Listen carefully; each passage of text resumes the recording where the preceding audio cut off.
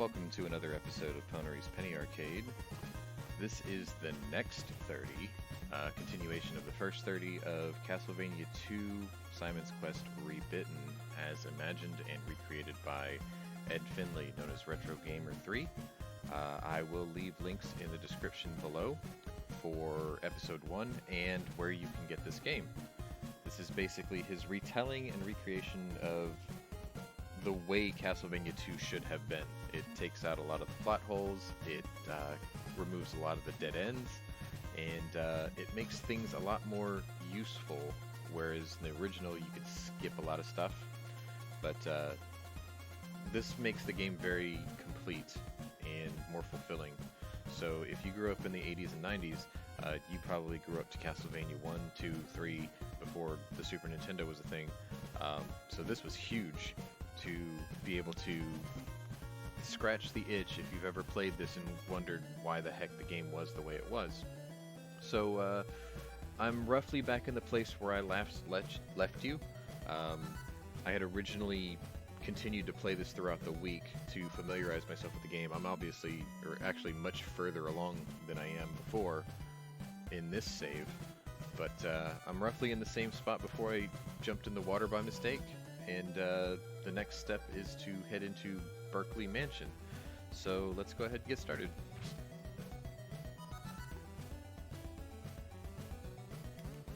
Now originally I made the mistake of saying that possibly the mansions would have been done in a different order, but I just didn't have the white crystal earlier.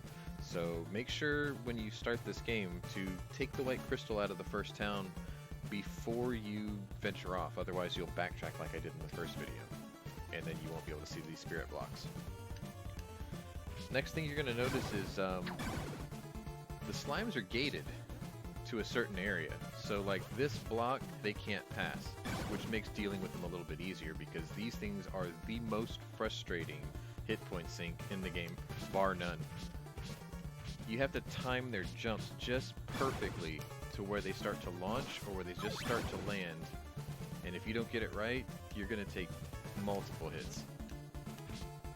The other thing you can do is sort of time it to where they land right in front of your chain here at the steps, but you run the risk of taking a hit, and sometimes you have to wait a while for them to show back up. The other nice thing about this is you don't actually they don't respawn unless you leave the mansion. So if you notice, I only have 10 hearts, and I can't seem to get more than 10 hearts, and it's because of the system setup where you actually need to, you have to expand your hearts, you like level them up. So typically what I do in this mansion is I always string along the bottom first, because the original game I did that, and in this game you're sort of rewarded. So if you notice, there's these blocks here and they show the dagger icon, so obviously the only way you can break these is with the weapon in your hand. So generally what he'll do is he'll leave the item that you're going to need to get through the mansion. So as you see here, I got the max heart up to 20 now, and to get to here I need holy water. So herein lies the problem. If I leave the mansion to go back to that spot that I started the game in, there is holy water, but if I come back, then this dagger block will be back, so I can't come back to it. So basically somewhere in this mansion is going to be a holy water drop, so I can come back to this spot, and these will be gone, and then I can come and get that, because that's worth buku money down there. So first thing we have to do is go find that. Now typically, like I said before, Ed will leave the item that you're going to need in the mansion to get through the mansion. However, that's not always the case, as I found out in my other playthrough. There's a specific mansion I'm thinking about where much further in, you better have the item you need, otherwise you're going to backtrack quite a bit just to get it. So for now, everything you need is probably in the mansion you're playing. But just keep in mind that that will not always be the case, and it's a love-hate thing. I love the fact that he made it complicated enough to where you have to find those items somewhere else before you even enter, but it's also really frustrating.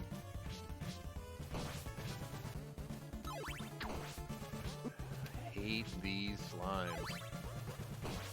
I try to avoid them as much as possible.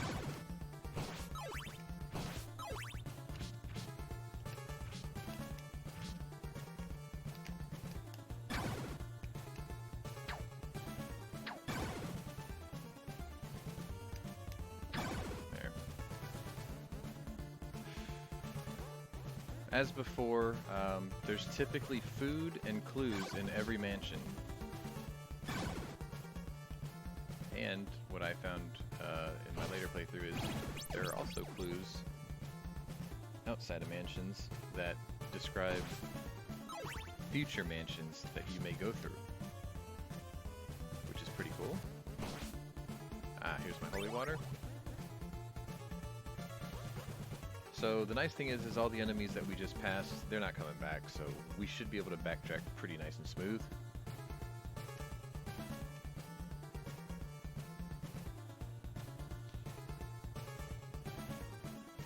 Because you're going to want the money. I got to a point in my other playthrough where I was sitting on like 12,000, and I thought, oh man, I'm never going to spend this. And then I bought the flame whip, and then I realized, just get as much money as you can. You're going to need it. And don't forget to save often. If I died right now, we have to start all over.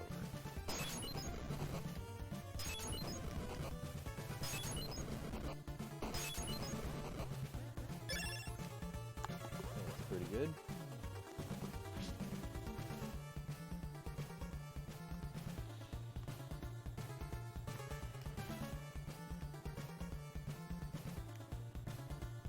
Now when I came through here the first time, you noticed that these blocks were standing here and then they drop under your feet. There's an old trick that you can do in Castlevania where if there's an enemy coming, they will not walk past a block that'll drop.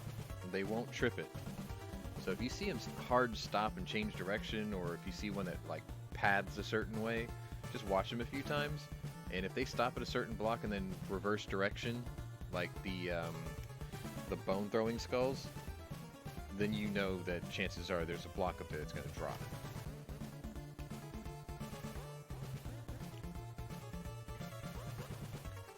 We have yet to find the food, but I think I know where it is.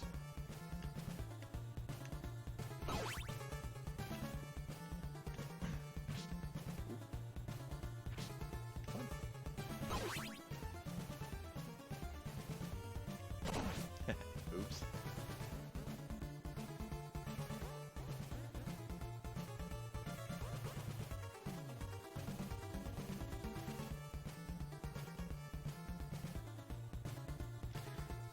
So in my other playthrough, I did find the mansion that I had input in the making of this game, and it was cool.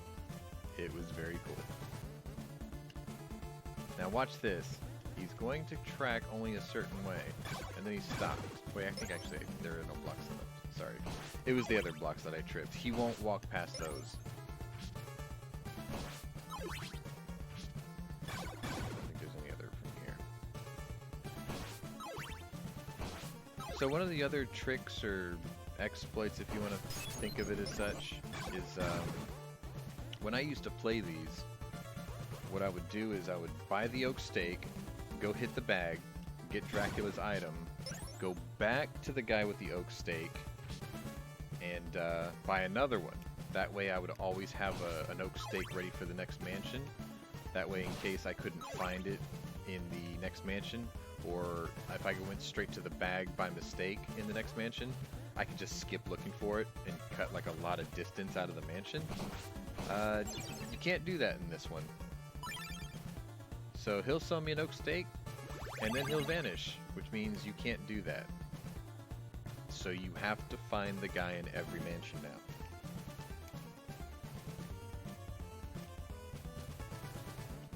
Alright, I'm gonna walk these very carefully because I don't want to drop. Well, I guess there isn't a drop. Blue book. So we already found the food ahead of time. I think that's in the same spot as the original Castlevania 2, so I just kind of did that off of memory. Hate slimes.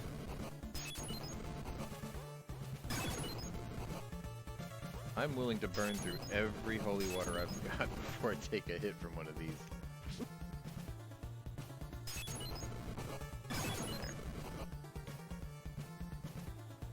Alright. So for me, since I'm using a Sabertooth, the oak stake, since you don't have a selection menu, is just the B button. And you notice there's no item here anymore. Here's the big difference between the original and this. There is now a boss in every mansion. And you have to beat him. Oops.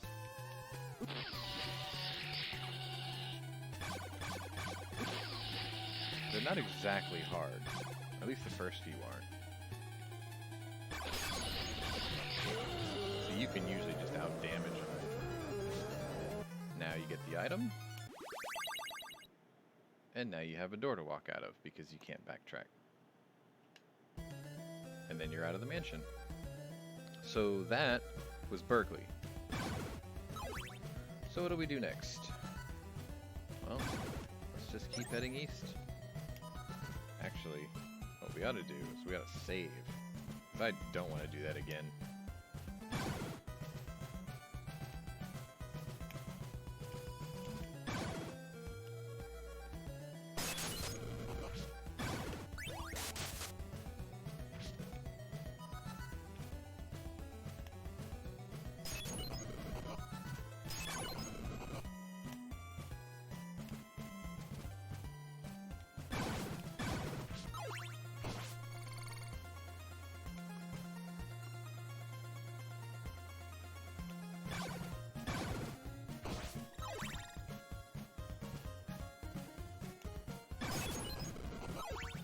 Holy water in this game is actually quite powerful.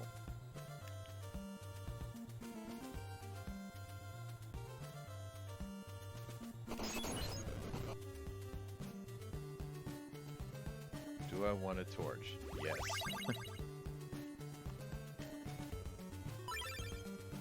So, here, if you talk to him before you pick up the torch, he'll say, want to buy a torch? It costs this much.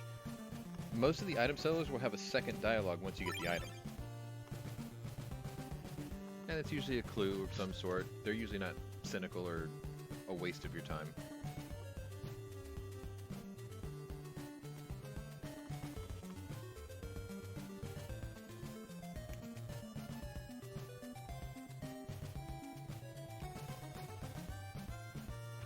Now, if you wonder why I'm saving on game 2, it's because my major playthrough for myself is on game 1, and that one is very far in. Like, I've got the Flame Whip, I've already gone through, I think, 5 mansions, I've got 4 out of the 5 Dracula items. I can tell you that this game is incredibly challenging in certain spots. It took me 2 days, 2 after work days, because I don't have a lot of time when I get off of work, but it took me 2 days after work to remember where a very specific spot was, because I got lost. In what feels like a linear game, you can get lost, because there's this one spot that you have to go through to continue on, that you've passed by probably half a dozen times before.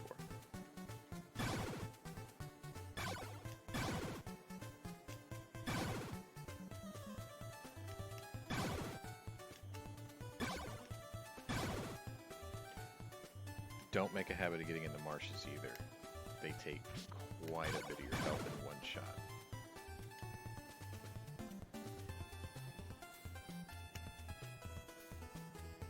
Can't have that because I don't have a crystal yet. If you're wondering what that is, from the first game, I believe that's how you finished the level. You picked up that item and the level ended. Do I need that? I can't remember if I need that. Let me backtrack. I can always jump in and out of the screen if I do. The nice thing in this game is these torches are everywhere. The items they always restock. So I need daggers again to get more health. That's what those orbs are in this one. Alright. Let's see if I can find a dagger this way. garlic in this game, as you can see, actually replenishes your health. I like that. It gives it a use. Come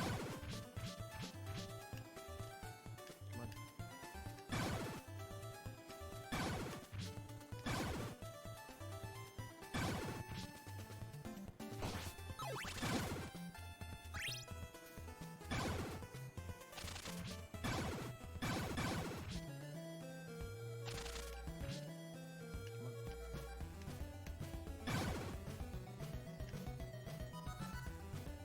Alright, I have a friend in this town according to the last guy.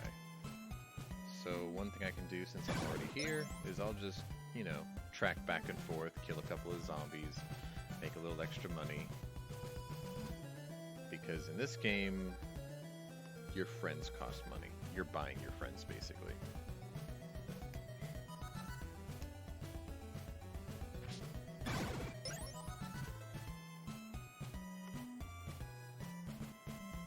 Now the zombies so far are the only monsters I know of that respawn, as long as you track, you know, back and forth. On most of the mansions, or in the mansions and most of the overworld map, they don't respawn. But the zombies will, because they spawn off of tracking. Or pathing, however you want to call it.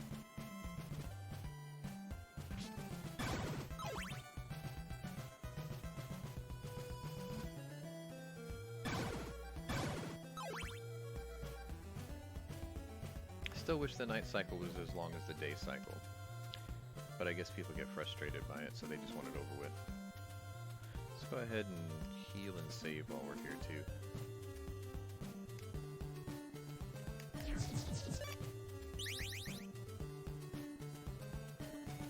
Always check the walls of these churches because of that. It only takes the extra couple seconds anyway. Something looks out of place, swing at it and see what happens. We just got free money, so that's always good.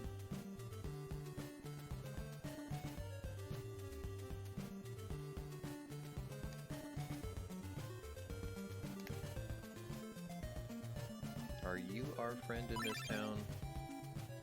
No, she just gives us a clue on what to do once we find a blue crystal, just like the original. Now, the way that this game does that portion is different, which is probably limitations of the engine, but it still works. Thank you, Captain Obvious. You should have been in the first town. Where's our friend in this town? Guess I'm gonna need those axes. Let's go get it. Thankfully, it's not too far away.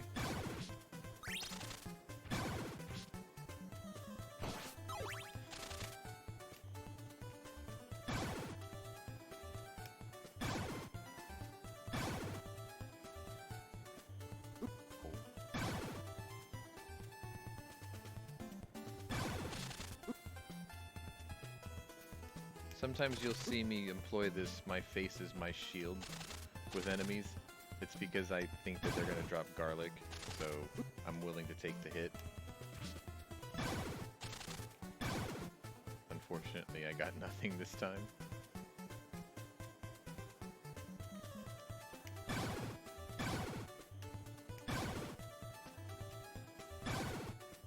These are not respawning.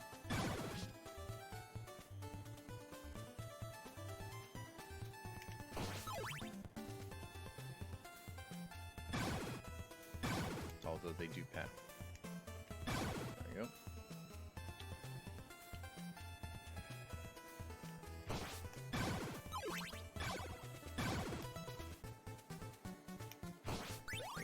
Oh. So here I can't, you know, clear this. I'll just have to wait for it to fade. But the option is nice. That is one improvement, where you pick up an item and you drop that one and you go grab another one. Very useful. Very, very useful. Sometimes you jump and you hit an item not knowing that it was there, believe there's a clue here too. Right here. Yeah. See this clue here? Remember it well, because very, very, very later in the game, you're going to run into this and you're going to be like, what do I do? And then you too will go 2 days after your, day of work trying to figure out where you went wrong. Probably the most useful clue in the game that I found so far. And it's the furthest away from the actual thing it's cluing you in on. Come on, give me garlic. Okay, I guess we're just chilling in town then. So I need to heal and save anyway, so we'll go up to the top floor. Top floors seem to be solid, where there's no holes and drop-offs in almost every town. Coincidentally, that's where most of the churches are too. So, nighttime, if you just want to kill some time, make some money, just sit up on the top floor and do your thing. Night times are quick anyway.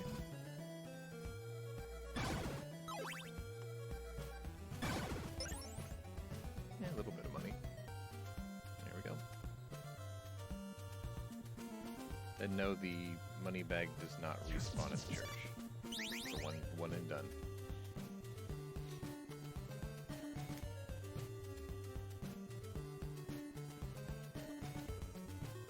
Alright, let's go find our friend that I have to pay for buying my friends.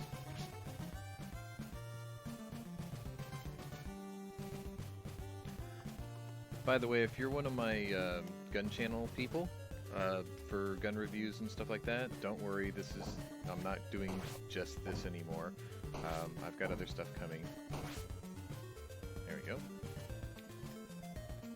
Matter of fact, I've got something really cool coming to the house on Monday, so maybe I'll record that. So I'm gonna talk to this guy first. 1200. Get my crystal, see if he says anything else. Whoa, bro, nah, sorry.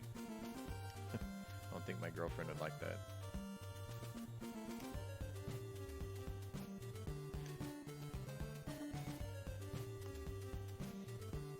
Alright, now I think I'm supposed to go back this way.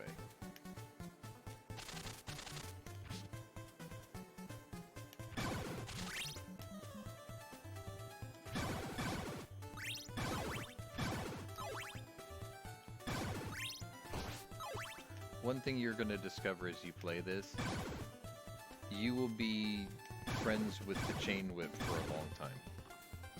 So if you skip the thorn whip like I do, and you get the chain whip, you're going to be very well acquainted with it before you get to the Morning Star. So just grin and bear it.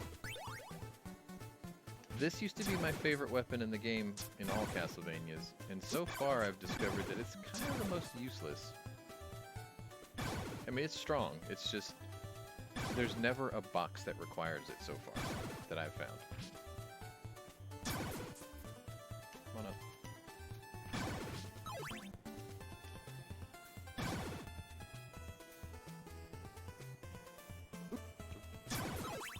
There's another one here, right?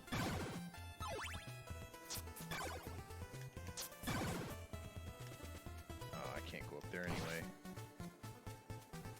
I don't want that.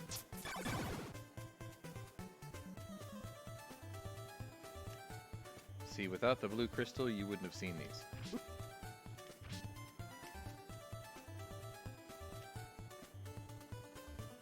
Oh, now that I think about it, even in my other playthrough, I never figured out how to get up to that. So, if you figure it out, leave me a comment, or put it in your playthrough, because I have yet to get up there. Alright, so we got the crystal, we wait here. See, in the original, it would track down for you, but in this one, it does this. And don't worry, no matter where you jump, you're not going to land in the water. And we have another mansion with a dead end, so we have to get through this. Let's see if I can get us 2 mansions in a single playthrough. You notice the music changed? So the nice thing about this game is Ed loves using all the different soundtracks from Castlevanias. I guess we're gonna need that axe, huh? Damn it. Does anybody remember where that axe was? I'll tell you what. I'm not gonna be able to get the axe and come back and do the whole mansion, so let's just see if we can find it in here first.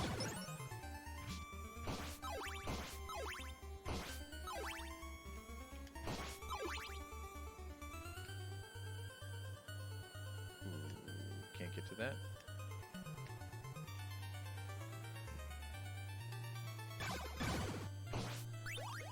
That's not an axe.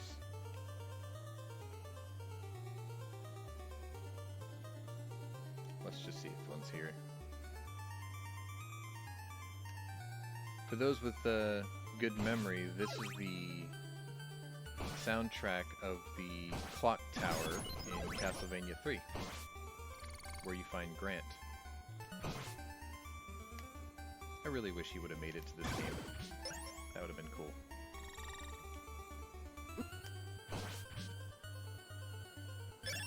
Hey.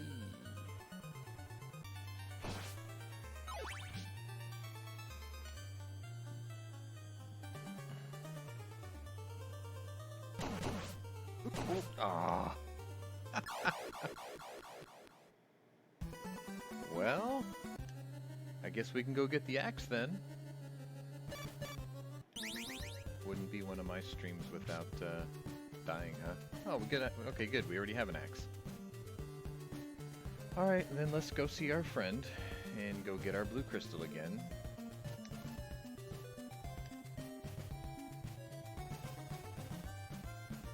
This time we will not pick up the holy water.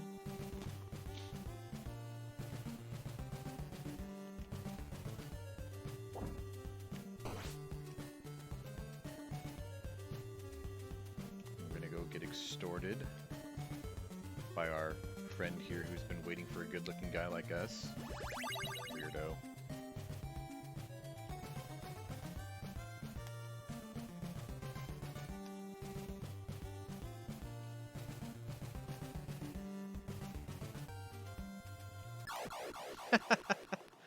I cannot tell you how many times I've made that mistake playing this game.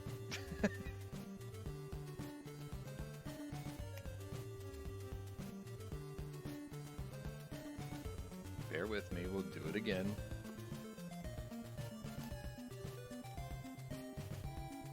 And I believe you'll discover that if it happens to me, it'll happen to you too. You'll forget what's outside that door. You've got something else on your mind. I'm gonna make a left and I'm gonna head over to this place, and bang, you hit the water. Every time. Keeps you on your toes.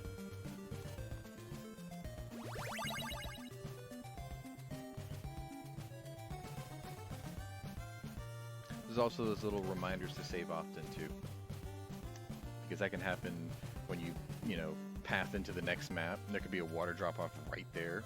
So yeah, be aware. I had a high school psychology teacher tell me that. It was her thing, her catchphrase: "Be aware." Now I know what she meant. Come on down.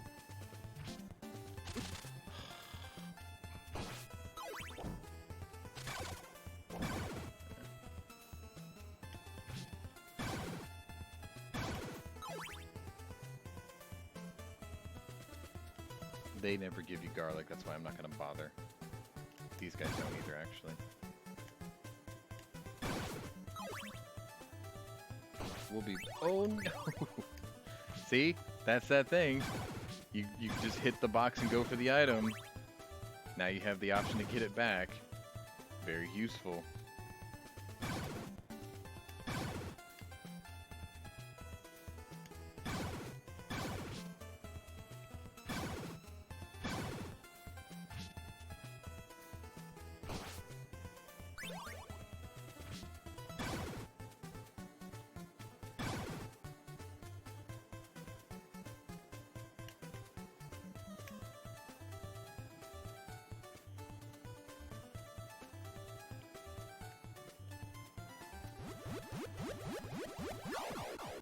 Wait for the water.